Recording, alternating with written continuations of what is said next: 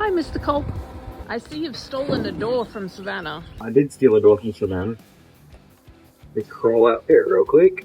One, I wanted to fit the door, make sure the body lines line up. Two, I always like to use it when I do the heater channel to make sure that we get all the body gaps correct for the door. Okay, so what are we looking for when we put the door on? I'm looking for this body line to line up here, and I'm looking for this gap to be consistent all the way through. And then I'm also looking for a gap at the top where it meets the rain groove in here. And I'm also kind of looking for this indentation here, body line. Yep. Should mimic this body line in the door as well. You want to make sure it doesn't bind.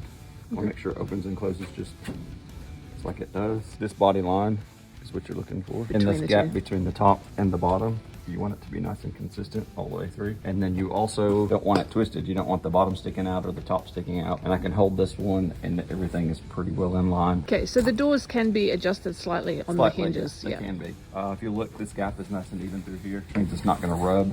And the seal's gonna seal all right. Being that we did a bunch of work on the store, I wanted to make sure that it was correct, and this car had been wrecked on the side and we didn't know what had been previously fixed. But we did throw in a new heater channel, so all that's in. I use self-tapping screws to hold it in place. And what I'll do is I'll go back through and weld between these, and then as I pull the screws, I'll plug weld all those holes. On the inside, I like to start welding in on the pillars. Make sure that that door gap stays consistent. Once all that's tied in, once I do the pillars and I know the door still opens and closes, I'll pull the door, and that way it's not in my way.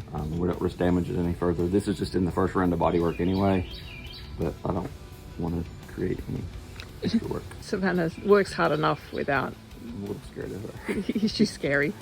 She could be.